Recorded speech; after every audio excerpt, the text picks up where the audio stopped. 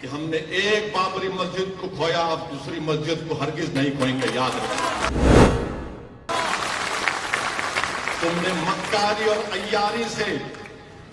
انصاف کا قتل کر کے تم نے ہماری مسجد کو ہم سے چھینا، اب دوسری مسجد نہیں چھین پاؤ گے، یاد رکھیں۔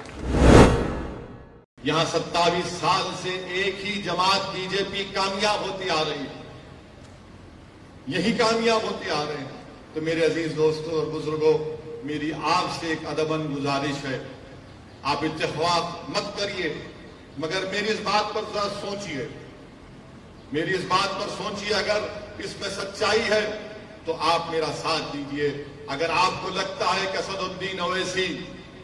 لفاظی کر رہا ہے تو آپ اس کو مسترد کر دیجئے، مگر میرا ماننا یہ ہے کہ آپ اپنے ووٹ سے، اپنی سماجی سوجھ بوجھ سے، اپنے اثر و رسوخ سے آپ اپنے نمائندوں کو کامیاب کر سکتے۔ یہی بات میں آپ کو کہنے آیا ہوں، یہی بات میں آپ سے گزارش کرنے آیا ہوں، اور آپ کو یہ بھی بتانے آیا ہوں اور حکومت کو بھی یہ بتا رہا ہوں کہ ہم نے ایک بابری مسجد کو کھویا، اب دوسری مسجد کو ہرگز نہیں کھوئیں گے، یاد رکھیں۔ تم نے مکاری اور عیاری سے انصاف کا قتل کر کے تم نے ہماری مسجد کو ہم سے چھینا، اب دوسری مسجد نہیں چھین پاؤ گے، یاد رکھیں۔ اب ہم تمہاری ان باتوں کا بھروسہ نہیں کرنے والے کہ ہم بچائیں گے، نہیں، تم نہیں بچاؤ گے، اب ہم بچائیں گے اپنے مساجد کو، اپنی تہذیب کو، انشاءاللہ۔ جو لوگ آ کر مجھ سے کہتے ہیں کہ نہیں نہیں ہم ہیں، تم نہیں ہے، تم کبھی ہمارے ساتھ نہیں تھے، تم تو ہمارے جنازے جب آتے تم آ کر دو دکھاوے کے آنسو بہا کر چلے جاتے ہو،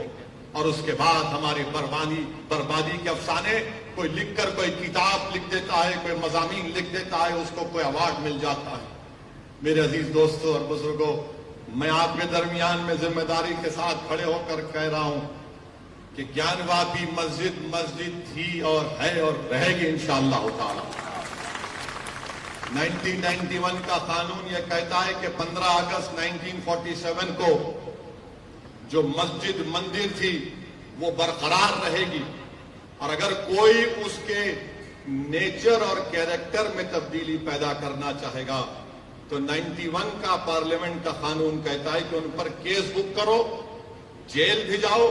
اور اگر کورٹ نے فیصلہ دیا تو 3 سال کی سزا۔ تو یہ اس چیز کو آپ کو سمجھنا ہے۔ چوتھی چیز میں آپ کو بتانا چاہ رہا ہوں کہ یہ جو فرقہ پرست طاقتیں ہیں، اور فرقہ پرست طاقتیں صرف بی جے پی نہیں ہے، اس میں کانگریس بھی ہے، عام آدمی پارٹی بھی ہے، سماجوادی پارٹی ہے، یہ سب یہ چاہتی ہیں کہ مسلمان صرف گھر میں مسلمان رہے، جب گھر کے باہر رہے نکلے تو مسلمان نہ رہے۔ میں تھالی مارنے کے لیے نہیں کہہ رہا ہوں،